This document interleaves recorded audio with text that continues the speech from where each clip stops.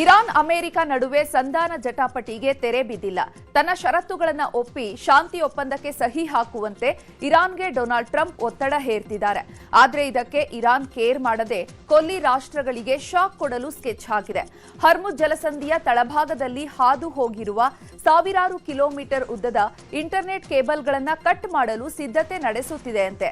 ಒಂದು ವೇಳೆ internet cable cut ಮಾಡಿದ್ರೆ ಏಷ್ಯಾ, ಯುರೋಪ್ ಮತ್ತು ಪಶ್ಚಿಮ ಏಷ್ಯಾದಲ್ಲಿ ಇಂಟರ್ನೆಟ್ ಸ್ಥಗಿತಗೊಳ್ಳಲಿದೆ. ಹರ್ಮುಜ್ ಜಲಸಂಧಿಯಲ್ಲಿ ಐಆರ್ಜಿಸಿ ನೌಕಾಪಡೆಗಳು ನಿಯಮ ಪಾಲಿಸದ ಕಂಟೈನರ್ ಹಡಗುಗಳನ್ನು ಸೀಸ್ ಮಾಡ್ತಾ ಇದೆ. ಅಮೆರಿಕ, ಆಸ್ಟ್ರೇಲಿಯಾ, ಚೀನಾ, ಜಪಾನ್ ಅಂತ ಯಾವ ದೇಶದ ಹಡಗುಗಳನ್ನು ಬಿಡ್ತಾ ಇಲ್ಲ. ಎಲ್ಲಾ ಹಡಗುಗಳನ್ನು ಸಮುದ್ರದಲ್ಲೇ ತಡೆದು ಪರಿಶೀಲನೆ ಮಾಡ್ತಾ ಇವೆ. ಆ ದೃಶ್ಯಗಳನ್ನು ಇರಾನ್ ರಾಷ್ಟ್ರೀಯ ದೂರದರ್ಶನದಲ್ಲಿ ಬಿಡುಗಡೆ ಮಾಡಿದೆ. ಇಸ್ರೇಲ್, ಅಮೆರಿಕ ಮತ್ತು ಇರಾನ್ ಮಧ್ಯೆ ಯುದ್ಧ ನಿಲ್ಲಿಸಲು ಪಣ ತೊಟ್ಟಿರುವಂತಹ ಪಾಕಿಸ್ತಾನ ಗಣ್ಯರಿಗೆ ಭದ್ರತೆ ನೀಡುವಂತಹ ನೆಪದಲ್ಲಿ ಇಸ್ಲಾಮಾಬಾದ್ನಲ್ಲಿ 10 ದಿನಗಳಿಂದ ಅಘೋಷಿತ ಲಾಕ್ಡೌನ್ ಜಾರಿ ಮಾಡಿದೆ. ಪಾಕ್ ಸರ್ಕಾರದ ನಿರ್ಬಂಧಗಳಿಂದಾಗಿ ಅಲ್ಲಿನ ಜನರು ತೀವ್ರ ಸಂಕಷ್ಟಕ್ಕೆ ಸಿಲುಕಿದ್ದಾರೆ. ಪ್ರಮುಖ ರಸ್ತೆ ಮತ್ತು ಮಾರುಕಟ್ಟೆ, ಶಾಲೆಗಳನ್ನು ಮುಚ್ಚಲಾಗಿದೆ. ಸಾರ್ವಜನಿಕ ಸಾರಿಗೆಯೂ ಸ್ಥಗಿತಗೊಂಡಿದೆ. ಪರಿಣಾಮ ಕೆಲಸ, ದುಡಿಮೆ ಇಲ್ಲದೆ ಅಗತ್ಯ ವಸ್ತುಗಳು ಸಿಗದೆ ಜನ ಪರದಾಡುತ್ತಿದ್ದಾರೆ. ಮಧ್ಯಪ್ರಾಚ್ಯದಲ್ಲಿನ ಯುದ್ಧದಿಂದಾಗಿ ಎದುರಾಗಿರುವ ಸಂಕಷ್ಟಕ್ಕೆ ಮುಕ್ತಿ ಸಿಗೋ ಲಕ್ಷಣಗಳಂತೂ ಕಾಣಿಸ್ತಾ ಇಲ್ಲ. ಯುದ್ಧದ ಬಿಕ್ಕಟ್ಟು ವೈದ್ಯಕೀಯ ಕ್ಷೇತ್ರಕ್ಕೆ ಕಗ್ಗಂಟಾಗಲಿದೆ. ರಾಜ್ಯದ ಅತಿದೊಡ್ಡ ಸಿರೆಂಜ್ಗಳ ಘಟಕದ ಮೇಲೆ ಪರಿಣಾಮ ಬೀರಿದ್ದು ಸಿರೆಂಜ್ಗಳ ಬೆಲೆ ಗಗನಕ್ಕೇರಿದೆ. ಸದ್ಯ 40% ದರ ಏರಿಕೆಯಾಗಿದ್ದು ಮುಂದೆ ಮತ್ತಷ್ಟು ಹೆಚ್ಚಳವಾಗುವಂತಹ ಭೀತಿ ಶುರುವಾಗಿದೆ. ಹುಬ್ಬಳ್ಳಿಯ ಹೊರವಲಯದಲ್ಲಿರುವಂತಹ ರಕ್ಷಂ ಮೆಡಿಕಲ್ ಡಿವೈಸ್ ದಕ್ಷಿಣ ಭಾರತದ ಅತಿದೊಡ್ಡ ಸಿರೆಂಜ್ ಉತ್ಪಾದನಾ ಕಾರ್ಖಾನೆಯಾಗಿದೆ. ಆದರೆ ಯುದ್ಧದ ಬಿಕ್ಕಟ್ಟಿನಿಂದಾಗಿ ಕಚ್ಚಾ ಸಾಮಗ್ರಿಗೆ ತೊಂದರೆ ಆಗ್ತಾ ಇದ್ದು ಉತ್ಪಾದನೆ ಕುಂಠಿತ ಆಗಿದೆ. ಇದರಿಂದ ಆರೋಗ್ಯ ಕ್ಷೇತ್ರಕ್ಕೆ ಮತ್ತಷ್ಟು ತೊಡಕು ಉಂಟಾಗಲಿದೆ. ಶ್ವಾಸಕೋಶ ಸಂಬಂಧಿ ಸಮಸ್ಯೆಯಿಂದ ಬಳಲ್ತಾ ಇದ್ದ ಸಚಿವ ಡಿ ಸುಧಾಕರ್ ಸ್ಥಿತಿ ಗಂಭೀರವಾಗಿದೆ. ಬೆಂಗಳೂರಿನ ಖಾಸಗಿ ಆಸ್ಪತ್ರೆಯಲ್ಲಿ ಸುಧಾಕರ್ ಚಿಕಿತ್ಸೆ ಪಡಿತಾ ಇದ್ರು. ಆದರೆ ದಿನೇ ದಿನೇ ಡಿ ಸುಧಾಕರ್ ಸ್ಥಿತಿ ಬಿಗಡಾಯಿಸ್ತಾ ಇದೆ. ಮೊದಲು ಮೊಳಕಾಲಿನ ಆಪರೇಷನ್ಗೆ ಅಂತ ಆಸ್ಪತ್ರೆಗೆ ದಾಖಲಾಗಿದ್ರು. ಆದರೆ ಆಪರೇಷನ್ ಬಳಿಕ ಅವರಿಗೆ ಲಂಗ್ಸ್ ಇನ್ಫೆಕ್ಷನ್ ಕಾಣಿಸಿಕೊಂಡಿದೆ. ಕೆಲ ದಿನಗಳಿಂದ ಶ್ವಾಸಕೋಶದ ಸೋಂಕು ಸುಧಾರಿಸದ ಹಿನ್ನೆಲೆ ಅವರನ್ನ ಎಲೆಕ್ಟ್ರಾನಿಕ್ ಸಿಟಿಯಲ್ಲಿರುವಂತಹ ಕಿಮ್ಸ್ ಆಸ್ಪತ್ರೆಗೆ ಶಿಫ್ಟ್ ಮಾಡಲಾಗಿದೆ. ಇದೀಗ ತೀವ್ರ ನಿಗಾ ಘಟಕದಲ್ಲಿ ಸುಧಾಕರ್ಗೆ ಚಿಕಿತ್ಸೆ ನೀಡಲಾಗ್ತಾ ಇದ್ದು ಡಾಕ್ಟರ್ ವೆಂಕಟಗಿರಿಯವರ ನೇತೃತ್ವದಲ್ಲಿ ಲಂಗ್ಸ್ ಟ್ರಾನ್ಸ್ಪ್ಲಾಂಟೇಷನ್ಗೆ ಸಿದ್ಧತೆ ನಡೆದಿದೆ ಅಂತ ಆಸ್ಪತ್ರೆ ಮೂಲಗಳಿಂದ ಮಾಹಿತಿ ಲಭ್ಯವಾಗಿದೆ. ದಲಿತರಿಗೆ ಒಳ ಮೀಸಲಾತಿ ಜಾರಿ ಹಿನ್ನೆಲೆಯಲ್ಲಿ ಇಂದು ವಿಶೇಷ ಸಚಿವ ಸಂಪುಟ ಸಭೆ ಕರೆಯಲಾಗಿದೆ. ಸಿಎಂ ಸಿದ್ದರಾಮಯ್ಯ ನೇತೃತ್ವದಲ್ಲಿ ಮಧ್ಯಾಹ್ನ 2 ಗಂಟೆಗೆ ಸಚಿವ ಸಂಪುಟ ಸಭೆ ನಡೆಯಲಿದೆ. ಮೀಸಲಾತಿ ಪ್ರಮಾಣ ಹಂಚಿಕೆ ಸಂಬಂಧಪಟ್ಟಂತೆ ಗಂಭೀರ ಚರ್ಚೆ ನಡೆಯಲಿದೆ. ಎಡಗೈ ಸಮುದಾಯಕ್ಕೆ 5.3% ಅಷ್ಟು, ಬಲಗೈ ಸಮುದಾಯಕ್ಕೆ 5.3% ಅಷ್ಟು ಮತ್ತು ಇತರೆ ಸಮುದಾಯಕ್ಕೆ 4.4% ಅಷ್ಟು ಮೀಸಲಾತಿ ಹೆಚ್ಚಳಕ್ಕೆ ಸಿದ್ಧತೆ ಮಾಡಿಕೊಳ್ಳಲಾಗಿದೆ. ಆದರೆ ನೇಮಕಾತಿಗೆ ಸಂಬಂಧಪಟ್ಟಂತೆ ಮೀಸಲಾತಿ ಸಮಗ್ರವಾಗಿರಲಿ, ಹಂಚಿಕೆ ಬೇಡ ಅಂತ ಬಲಗೈ ನಾಯಕರು ಪಟ್ಟು ಹಿಡಿದಿದ್ದಾರೆ. ಹೀಗಾಗಿ ಇಂದಿನ ವಿಶೇಷ ಸಚಿವ ಸಂಪುಟ ಸಭೆ ಕುತೂಹಲ ಮೂಡಿಸಿದೆ. ಕಾಂಗ್ರೆಸ್ನಲ್ಲಿ ನಡೆಯುತ್ತಿರುವಂತಹ ರಾಜಕೀಯ ವಿದ್ಯಮಾನಗಳ ಹೊತ್ತಲ್ಲೇ ಡಿಸಿಎಂ ಡಿಕೆಶಿ ಗೌಪ್ಯವಾಗಿ ಹೈಕಮಾಂಡ್ ಭೇಟಿ ಮಾಡಿದ್ದಾರೆ. ದೆಹಲಿಯಲ್ಲಿ ವರಿಷ್ಠರನ್ನ ಭೇಟಿಯಾಗಿ ಮಹತ್ವದ ಚರ್ಚೆ ನಡೆಸಿದ್ದಾರೆ. ಬಳಿಕ ದೆಹಲಿಯ ಕರ್ನಾಟಕ ಭವನದಲ್ಲಿ ಮಾತನಾಡಿದ ಅವರು, ದೆಹಲಿಗೆ ನಾನೇನು ಗಾಳಿ ಕುಡಿಯುವುದಕ್ಕೆ ಬಂದಿಲ್ಲ. ಖಂಡಿತ ಪಕ್ಷದ ಕೆಲವರನ್ನ ಭೇಟಿ ಮಾಡಿ ಚರ್ಚಿಸಿದ್ದೇನೆ. ಯಾರನ್ನು ಭೇಟಿಯಾಗಿದ್ದೇನೆ ಎಂದು ಹೇಳಬಾರದು. ವರಿಷ್ಠರನ್ನ ಭೇಟಿಯಾಗಿ ಚರ್ಚೆ ಮಾಡಿದ್ದು ನನ್ನ ಕೆಲಸ ನಾನು ಮಾಡುತ್ತಿದ್ದೇನೆ. ಪಕ್ಷದ ವಿಚಾರವಾಗಿಯೂ ವರಿಷ್ಠರ ಬಳಿ ಚರ್ಚಿಸಿದ್ದೇನೆ ಅಂತ ಹೇಳಿದ್ದಾರೆ.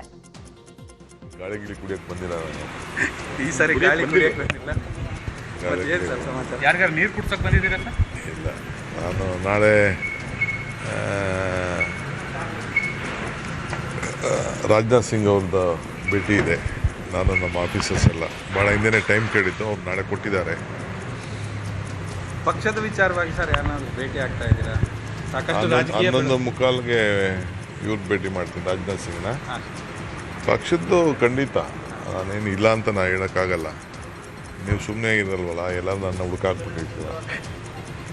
ಸೊ ಖಂಡಿತ ಭೇಟಿ ಮಾಡಿದ್ದೀನಿ, ಆಗಲೇ ಮಾಡಿದ್ದೀರಾ?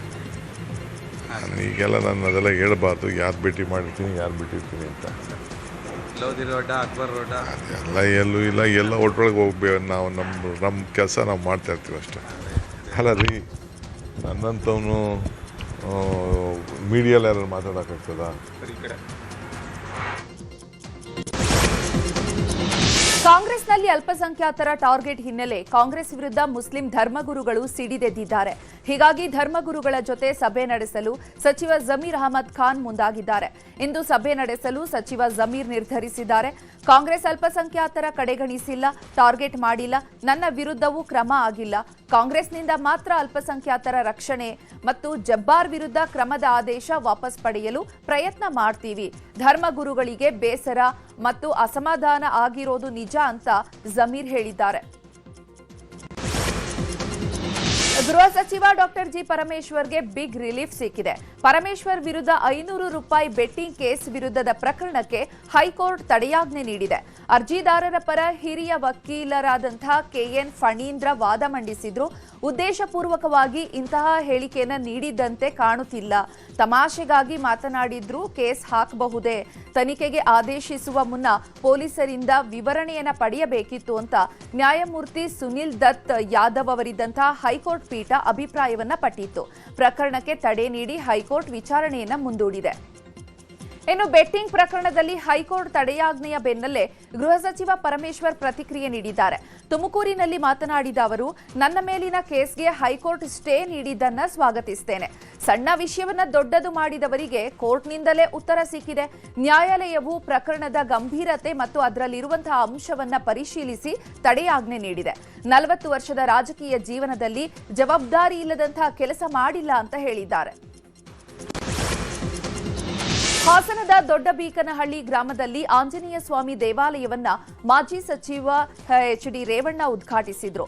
ನಂತರ ಕಾರ್ಯಕ್ರಮದಲ್ಲಿ ಭಾಗಿಯಾಗಿ ಹಳೆ ಘಟನೆಗಳನ್ನ ನೆನೆದು ಕಣ್ಣೀರು ಹಾಕಿದ್ರು. ದೇವೇಗೌಡರಿಗೆ ರಾಜಕೀಯ ಶಕ್ತಿ ಕೊಟ್ಟಂತಹ ಗ್ರಾಮ ದೊಡ್ಡಬೀಕನಹಳ್ಳಿ. ನಾನು ನೋವಿನಿಂದ ಹೇಳ್ತಾ ಇದ್ದೇನೆ, ಈ ರಾಜ್ಯದಲ್ಲಿ ಇಂತಹ ಕೆಟ್ಟ ಸರ್ಕಾರ ನಾನು ನೋಡಿಲ್ಲ.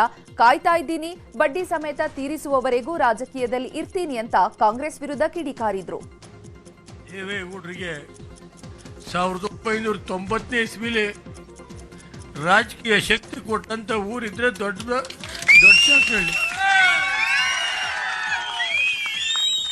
ಏಕೆಂದ್ರೆ ಆ ಉದ್ದೇಶದಿಂದನೇ ನಾನು ಕಾನೂನು ನೋಡಲಿಲ್ಲ. ಕುಮಾರಣ್ಣ ಹಿಡಿದು ಸುಮಾರು 450 ಕೋಟಿವರೆಗೆ ಕೆಲಸ ಮಾಡಿದ್ದೀವಿ. ಇದೊಂದು ಹೋಬಳಿಗೆ 450 ಕೋಟಿಗೆ ಮಿಗಿಲಾಗಿ ನಾವು ಸುಮಾರು 140 ದೇವಸ್ಥಾನಗಳಿಗೆ ಇವತ್ತು ಕೆಲಸ ಮಾಡಿ ಕುಮಾರಸ್ವಾಮಿ ಇಲ್ಲಿ ಮಾಜಿ ಮಂತ್ರಿಗಳಿದ್ದಾರೆ. ಯಾಕೆ ನನಗೂ ಸ್ವಲ್ಪ ನೋವಿನಿಂದ ಹೇಳ್ತಾ ಇದ್ದೀನಿ, ಈ ರಾಜ್ಯದಲ್ಲಿ ಇಂಥ ಕೆಟ್ಟ ಸರ್ಕಾರ ನಾನು ನೋಡಲಿಲ್ಲ. ಕಾಯ್ತಾ ಇದ್ದೀನಿ, ಬಡ್ಡಿ ಸಮೇತ ತೀರಿಸೋವರಿಗೆ ರಾಜಕೀಯದಲ್ಲಿ ಯಾರ್ಯಾರ ಅಧಿಕಾರಿಗಳು ಯಾವ್ಯಾವ ರೀತಿ ನಡೀತಾ ಇದೆ ಗೊತ್ತಿದೆ. ಧಾರವಾಡದಲ್ಲಿ ಯುವ ಕಾಂಗ್ರೆಸ್ ಮುಖಂಡ ಫೈರೋಜ್ ಕೊಲೆ ಪ್ರಕರಣಕ್ಕೆ ಸಂಬಂಧಪಟ್ಟಂತೆ ಕೆಲ ಆಡಿಯೋಗಳು ವೈರಲ್ ಆಗಿದ್ವು. ಇದೀಗ ಆಡಿಯೋ ವೈರಲ್ ಆಗ್ತಾ ಇದ್ದಂತೆ ಕಾಂಗ್ರೆಸ್ ಮುಖಂಡ ಮತ್ತು ಅಂಜುಮನ್ ಸಂಸ್ಥೆಯ ಅಧ್ಯಕ್ಷ ಇಸ್ಮಾಯಿಲ್ ಎಸ್ಕೇಪ್ ಆಗಿದ್ರು. ಈ ಬಗ್ಗೆ ಅಂಜುಮನ್ ಸಂಸ್ಥೆ ಮತ್ತು ಕಾಂಗ್ರೆಸ್ ಮುಖಂಡರು ಸುದ್ದಿಗೋಷ್ಠಿಯನ್ನ ನಡೆಸಿ, ಅದು 4 ವರ್ಷದ ಹಿಂದೆ ಎಂಎಲ್ಸಿ ಟಿಕೆಟ್ ತಪ್ಪಿದಾಗ ಮಾತನಾಡಿರುವಂತಹ ಆಡಿಯೋ, ಈಗ ಇಸ್ಮಾಯಿಲ್ ಅವರಂತಹ ಆಡಿಯೋ ದುರುಪಯೋಗ ಮಾಡಿಕೊಳ್ಳಲು ಹರಿಬಿಡಲಾಗಿದೆ. ಬಹಳ ದಿನದಿಂದ ಫೈರೋಜ್ ಮತ್ತು ಕಾಂಗ್ರೆಸ್ನ ಯುವ ಮುಖಂಡನ ಜೊತೆ ಇಸ್ಮಾಯಿಲ್ ಸಂಪರ್ಕ ಇರಲಿಲ್ಲ. ಹೀಗಾಗಿ ಆಡಿಯೋ ವೈರಲ್ ಮಾಡಿದವರ ಮೇಲೆ ಕ್ರಮ ಆಗಲಿ ಅಂತ ಹೇಳಿದ್ರು. ರಾಜ್ಯದಲ್ಲಿ ದಿನದಿಂದ ದಿನಕ್ಕೆ ತಾಪಮಾನ ಏರಿಕೆ ಆಗ್ತಾ ಇದೆ. ಈ ಬಗ್ಗೆ ಆರೋಗ್ಯ ಸಚಿವ ದಿನೇಶ್ ಗುಂಡೂರಾವ್ ಪ್ರತಿಕ್ರಿಯೆ ನೀಡಿದ್ದಾರೆ. ಬೆಂಗಳೂರಿನಲ್ಲಿ ಮಾತನಾಡಿದ ಅವರು, ಸರ್ಕಾರಿ ಆಸ್ಪತ್ರೆಗಳಲ್ಲಿ ಹೀಟ್ ಸ್ಟ್ರೋಕ್ಗೆ ಸಮುದಾಯ ಕೇಂದ್ರಗಳಿಂದ ಜಿಲ್ಲಾ ಆಸ್ಪತ್ರೆಯವರೆಗೆ ವಿಶೇಷ ಬೆಡ್ ಮತ್ತು ಚಿಕಿತ್ಸೆಗೆ ವ್ಯವಸ್ಥೆಯನ್ನು ಮಾಡಲಾಗಿದೆ. ಸಮುದಾಯ ಕೇಂದ್ರಗಳಲ್ಲಿ 2 ಬೆಡ್, ತಾಲೂಕು ಆಸ್ಪತ್ರೆಯಲ್ಲಿ 5 ಮತ್ತು ಜಿಲ್ಲಾ ಆಸ್ಪತ್ರೆಗಳಲ್ಲಿ 10 ಬೆಡ್ ಅನ್ನ ಮೀಸಲಿಡಲಾಗಿದೆ. ಬಿಸಿಲು ಹೆಚ್ಚಾಗಿರುವ ಸಮಯದಲ್ಲಿ ಹೊರಗಡೆ ಹೋಗದಂತೆ ಜನರಿಗೆ ಮನವಿ ಮಾಡಿದ್ದಾರೆ. ಉತ್ತರ ಕನ್ನಡ ಜಿಲ್ಲೆಯಲ್ಲಿ ಮುಂದಿನ 5 ದಿನಗಳ ಕಾಲ ಅತಿಯಾದ ಉಷ್ಣತೆ ಇರಲಿದೆ ಅಂತ ಹವಾಮಾನ ಇಲಾಖೆ ಎಚ್ಚರಿಕೆ ನೀಡಿದೆ. ಈಗಾಗಲೇ ಜಿಲ್ಲೆಯಲ್ಲಿ ಅತಿಯಾದ ಬಿಸಿಲಿನಿಂದ ಜನರು ಬೇಸತ್ತು ಹೋಗಿದ್ದಾರೆ. ಮುಂದಿನ 5 ದಿನಗಳವರೆಗೆ ಬಿಸಿ ಗಾಳಿ ಬೀಸಲಿದ್ದು ವಯಸ್ಸಾದವರು ಮತ್ತು ಮಕ್ಕಳು ಬಿಸಿಲಿಗೆ ಓಡಾಡದಂತೆ ಹವಾಮಾನ ಇಲಾಖೆ ಎಚ್ಚರಿಕೆ ನೀಡಿದೆ. ಕಾಡಾನೆಗಳ ದಾಳಿಯಿಂದ ಅನ್ನದಾತರು ಕಂಗಾಲಾಗಿದ್ದು ಪ್ರತಿಭಟನೆಗೆ ಮುಂದಾಗಿದ್ದಾರೆ. ಬೆಂಗಳೂರು ದಕ್ಷಿಣ ಜಿಲ್ಲೆಯ ಚನ್ನಪಟ್ಟಣದ ಬಿಬಿಹಳ್ಳಿ ಗ್ರಾಮದ ಬಳಿ ರೈತರು ಕಬ್ಬಾಳು ಸಾತನೂರು ಹೆದ್ದಾರಿಯನ್ನು ತಡೆದು ಪ್ರತಿಭಟನೆ ನಡೆಸಲಿದ್ದಾರೆ. ರೈತರ ಹೋರಾಟಕ್ಕೆ ಬಲ ತುಂಬಲು ಜೆಡಿಎಸ್ ಯುವ ನಾಯಕ ನಿಖಿಲ್ ಕುಮಾರಸ್ವಾಮಿ ಸಾಥ್ ನೀಡಲಿದ್ದಾರೆ. ಬೆಳಿಗ್ಗೆ 10:30ಕ್ಕೆ ನಿಖಿಲ್ ಭೇಟಿ ನೀಡಲಿದ್ದು ಪ್ರತಿಭಟನೆಯಲ್ಲಿ ಭಾಗಿಯಾಗಲಿದ್ದಾರೆ ಅಂತ ಚನ್ನಪಟ್ಟಣ ತಾಲೂಕು ಜೆಡಿಎಸ್ ಅಧ್ಯಕ್ಷ ಗೋವಿಂದಹಳ್ಳಿ ನಾಗರಾಜ್ ಹೇಳಿದ್ದಾರೆ.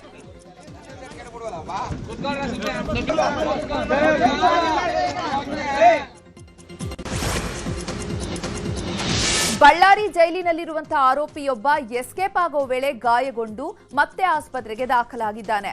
ಹರಪನಹಳ್ಳಿ ಮೂಲದ ಆರೋಪಿ ಅಣ್ಣಪ್ಪ ನಿನ್ನೆ ಮಧ್ಯಾಹ್ನ ಮರದ ಮೇಲಿಂದ ಹುಬ್ಬಳ್ಳಿಯ ಉಣಕಲ್ ಉದ್ಯಾನವನದಲ್ಲಿ ರಾಜ ಋಷಿ ಭಗೀರಥ ಮಹರ್ಷಿ ಜಯಂತಿಯನ್ನು ಆಚರಿಸಲಾಯಿತು.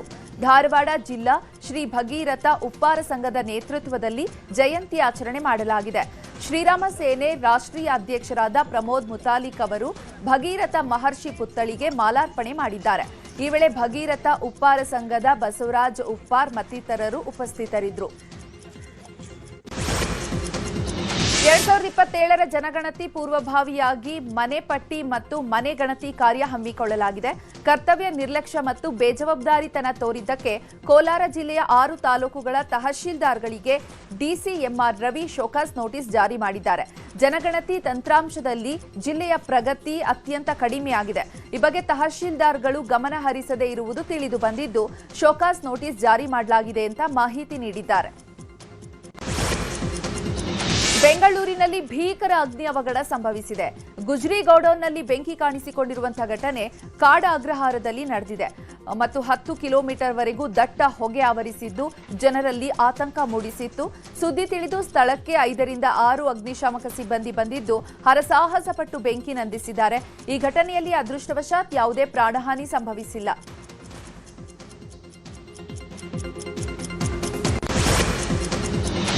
ಗೋಡೌನ್ನ ಬಯಲು ಪ್ರದೇಶದಲ್ಲಿ ನಿಲ್ಲಿಸಿದ ವಾಹನಗಳು ಬೆಂಕಿಗಾಹುತಿಯಾಗಿದೆ.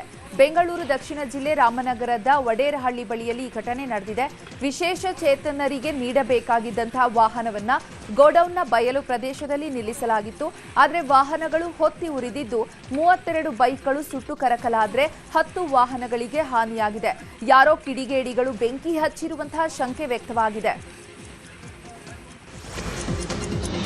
ಪಿಯು ಫಲಿತಾಂಶದಲ್ಲಿ ಯಾದಗಿರಿಗೆ ಕೊನೆ ಸ್ಥಾನದ ಹಿನ್ನೆಲೆ ಸಿಎಂ ಕಚೇರಿಯಿಂದ ಡಿಸಿಗೆ ಸ್ಪಷ್ಟನೆ ನೀಡುವಂತೆ ತಾಕೀತು ಮಾಡಲಾಗಿದೆ. ಪಿಯುಸಿ ಫಲಿತಾಂಶದಲ್ಲಿ ಯಾದಗಿರಿ ಜಿಲ್ಲೆ ಕೊನೆ ಸ್ಥಾನ ಯಾಕೆ ಬಂತು? ಜಿಲ್ಲೆಯ ವಿದ್ಯಾರ್ಥಿಗಳು ಸರ್ಕಾರದ ಸೌಲಭ್ಯದ ವಂಚಿತರಾಗ್ತಿದ್ದಾರೆ ಅಂತ ಪಿಯು ಬೋರ್ಡ್ ಸಲ್ಲಿಸಿರುವಂತಹ ವರದಿಯಲ್ಲಿ ಆತಂಕಕಾರಿ ಬೆಳವಣಿಗೆ ಬಹಿರಂಗ ಆಗಿದೆ. ಈ ಬಗ್ಗೆ ಸ್ಪಷ್ಟನೆ ನೀಡುವಂತೆ ಡಿಸಿಗೆ ಸಿಎಂ ಕಚೇರಿಯಿಂದ ಸೂಚನೆ ಬಂದಿದೆ. ಪಶ್ಚಿಮ ಬಂಗಾಳದ ಮೊದಲ ಹಂತದ ಮತದಾನದಲ್ಲಿ 16 ಜಿಲ್ಲೆಗಳ 152 ಕ್ಷೇತ್ರಗಳಲ್ಲಿ ದಾಖಲೆ ಮತದಾನ ನಡೆದಿದೆ. ಚುನಾವಣೆ ವೇಳೆ ಹಲವು ಕಡೆಗಳಲ್ಲಿ ಹಿಂಸಾಚಾರ ಕೂಡ ನಡೆದಿದೆ. ಪಶ್ಚಿಮ ಬಂಗಾಳದ ಮುರ್ಷಿದಾಬಾದ್ ಜಿಲ್ಲೆಯ ನೌಡಾ ಗ್ರಾಮದ 152ನೇ ಮತಗಟ್ಟೆ ಬಳಿ ದುಷ್ಕರ್ಮಿಗಳು ಕಚ್ಚಾ ಬಾಂಬ್ ಸ್ಫೋಟಿಸಿದ್ದಾರೆ. ಈ ನಡುವೆ ರಾಜ್ಯದಲ್ಲಿ 92.66% ದಾಖಲೆಯ ಮತದಾನ ಆಗಿದೆ. ಇನ್ನು ತಮಿಳುನಾಡಿನಲ್ಲೂ ಕೂಡ 234 ವಿಧಾನಸಭಾ ಕ್ಷೇತ್ರಗಳಲ್ಲೂ ಕೂಡ ಮತದಾನ ನಡೆದಿದೆ. ಮತದಾನದ ವೇಳೆ ಹಲವೆಡೆ ಹಿಂಸಾಚಾರಗಳಾದಂತಹ ಪ್ರಕರಣಗಳು ದಾಖಲಾಗಿದೆ. ಪಂಪುಹಾರ್ನಲ್ಲಿ ಪೊಲೀಸರಿಗೆ ಚಾಕು ಇರಿದಂತಹ ಘಟನೆ ನಡೆದಿದೆ. ಒಟ್ಟಾರೆಯಾಗಿ ತಮಿಳುನಾಡಿನಲ್ಲಿ 85.14% ಮತದಾನ ಆಗಿದೆ. 2011ರ ಬಳಿಕ ಮೊದಲ ಬಾರಿಗೆ ದಾಖಲೆಯ ಮತದಾನ ಆಗಿದೆ. ಐಪಿಎಲ್ 19ನೇ ಆವೃತ್ತಿಯ 34ನೇ ಪಂದ್ಯದಲ್ಲಿ ರಾಯಲ್ ಚಾಲೆಂಜರ್ಸ್ ಬೆಂಗಳೂರು ಮತ್ತು ಗುಜರಾತ್ ಟೈಟನ್ಸ್ ತಂಡ ಮುಖಾಮುಖಿಯಾಗಲಿದೆ. ಬೆಂಗಳೂರಿನ ಚಿನ್ನಸ್ವಾಮಿ ಮೈದಾನದಲ್ಲಿ ಇಂದು ಪಂದ್ಯ ನಡೆಯಲಿದೆ. ಬೆಂಗಳೂರು ತಂಡ ಸರಣಿಯಲ್ಲಿ ಆಡಿರುವಂತಹ 6 ಪಂದ್ಯಗಳಲ್ಲಿ 4ರಲ್ಲಿ ಗೆಲುವು ಸಾಧಿಸಿದ್ದು ಅಂಕಪಟ್ಟಿಯಲ್ಲಿ 3ನೇ ಸ್ಥಾನದಲ್ಲಿದೆ. ಇತ್ತ ಗುಜರಾತ್ ತಂಡ ಆಡಿರುವಂತಹ 6 ಪಂದ್ಯಗಳಲ್ಲಿ 3ರಲ್ಲಿ ಗೆಲುವು ಸಾಧಿಸಿದ್ದು ಅಂಕಪಟ್ಟಿಯಲ್ಲಿ 6ನೇ ಸ್ಥಾನದಲ್ಲಿದೆ. ಉಭಯ ತಂಡಗಳು ಹಿಂದಿನ ಪಂದ್ಯದಲ್ಲಿ ಸೋಲು ಕಂಡಿದ್ದು ಗೆಲುವಿನ ಟ್ರ್ಯಾಕ್ಗೆ ಮರಳುವಂತಹ ನಿರೀಕ್ಷೆಯಲ್ಲಿವೆ. ಮುಂಬೈ ಇಂಡಿಯನ್ಸ್ ವಿರುದ್ಧ ಚೆನ್ನೈ ಸೂಪರ್ ಕಿಂಗ್ಸ್ 103 ರನ್ಗಳ ಭರ್ಜರಿ ಗೆಲುವು ದಾಖಲಿಸಿದೆ. ಮುಂಬೈನ ವಾಂಖೆಡೆ ಮೈದಾನದಲ್ಲಿ ನಡೆದ ಪಂದ್ಯದಲ್ಲಿ ಟಾಸ್ ಸೋತು ಬ್ಯಾಟ್ ಮಾಡಿದ ಚೆನ್ನೈ 20 ಓವರ್ಗಳಲ್ಲಿ 6 ವಿಕೆಟ್ ನಷ್ಟಕ್ಕೆ 207 ರನ್ ಗಳಿಸಿತ್ತು. ಚೆನ್ನೈ ಪರ ವಿಕೆಟ್ ಕೀಪರ್ ಸಂಜು ಸ್ಯಾಮ್ಸನ್ ಭರ್ಜರಿ ಶತಕ ಸಿಡಿಸಿ ಮಿಂಚಿದ್ರು. ಇನ್ನು 206 ರನ್ಗಳ ಗುರಿ ಬೆನ್ನತ್ತಿದ ಮುಂಬೈ 104 ರನ್ಗಳಿಗೆ ಸರ್ವಪತನ ಕಂಡಿತು. ಇಂದು ಕರ್ನಾಟಕ ರತ್ನ ದಿವಂಗತ ಡಾಕ್ಟರ್ ರಾಜ್ಕುಮಾರ್ ಅವರ 97ನೇ ಹುಟ್ಟುಹಬ್ಬ. ಅಣ್ಣವರ ಅಭಿಮಾನಿಗಳ ಜೊತೆ ದೈಹಿಕವಾಗಿ ಇಲ್ಲದಿದ್ರೂ ಕೂಡ ಅವರ ನೆನಪುಗಳ ಮೂಲಕ ಇಂದಿಗೂ ಜೀವಂತವಾಗಿದ್ದಾರೆ. ಅಣ್ಣವರ ನೆನಪಲ್ಲಿ ಇಂದು ಅವರ ಜನ್ಮದಿನವನ್ನು ಆಚರಿಸಲು ಅಭಿಮಾನಿಗಳು ಸಕಲ ಸಿದ್ಧತೆ ಮಾಡಿಕೊಂಡಿದ್ದಾರೆ. ಬೆಳಿಗ್ಗೆ 10 ಗಂಟೆ ವೇಳೆಗೆ ಅಣ್ಣವರ ಕುಟುಂಬಸ್ಥರು ಸಮಾಧಿಗೆ ಭೇಟಿ ನೀಡಿ ವಿಶೇಷ ಪೂಜೆ ಸಲ್ಲಿಸಲಿದ್ದಾರೆ.